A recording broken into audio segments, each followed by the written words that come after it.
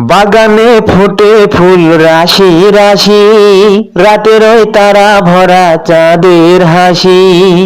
বাগানে ফোটে ফুল রাশি রাশি, রাতের ওই তারা ভরা চাঁদের হাসি।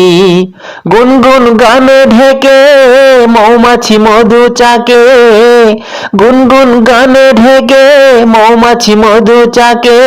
ফুলে ফুলে করে হল্লা, জানি না কত সুন্দর তুমি আল্লাহ, জানি না কত সুন্দর তুমি আল্লাহ।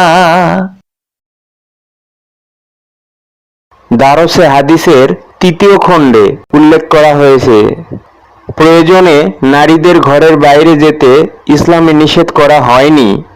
দুটো শর্তে ঘরের বাইরে নারীদের যাওয়ার অনুমতি রয়েছে। প্রথম শর্ত, বিনা প্রয়োজনে ঘরের বাইরে ঘোরাফেরা না করা। দ্বিতীয় শর্ত, পর্দা রক্ষা করে চলা। প্রথমত, বিনা প্রয়োজনে ঘরের বাইরে ঘোরাফেরা না করা। অপরিহার্য প্রয়োজন পূরণে যতটুকু সময় লাগে ততটুকু সময় এবং যে স্থানে যাওয়ার প্রয়োজন সে স্থানে যাওয়ার উদ্দেশ্যে ঘর থেকে বের হতে পারে। প্রয়োজনীয় কাজ সমাপ্ত করে ঘোরাফেরা না করে যথাসময়ে ঘরে চলে আসবে। দ্বিতীয়ত, পর্দা রক্ষা করে চলা। নারীগণ ঘরের বাইরে চলার সময় তাদের সৌন্দর্য ও রূপ লাবণ্যকে গোপন রাখবে। নিজের মাথা, মুখ, বুক, পিঠ সহ সমগ্র শরীর ভালোভাবে আচ্ছাদিত করে বের হতে হবে। সৌন্দর্য ও রূপ লাবণ্য, যৌবনোজ্জ্বল দেহাবয়ব প্রকাশ করে ঘর থেকে বের হওয়া নারীদের জন্য সম্পূর্ণ হারাম।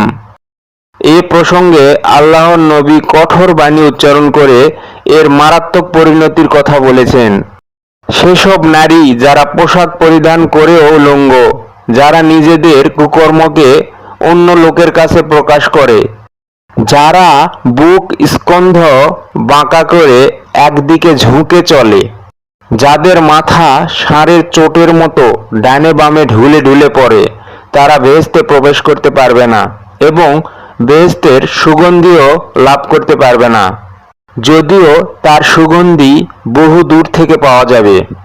বেহেশতের সুগন্ধি 500 বছরের দূরত্ব থেকে পাওয়া যাবে।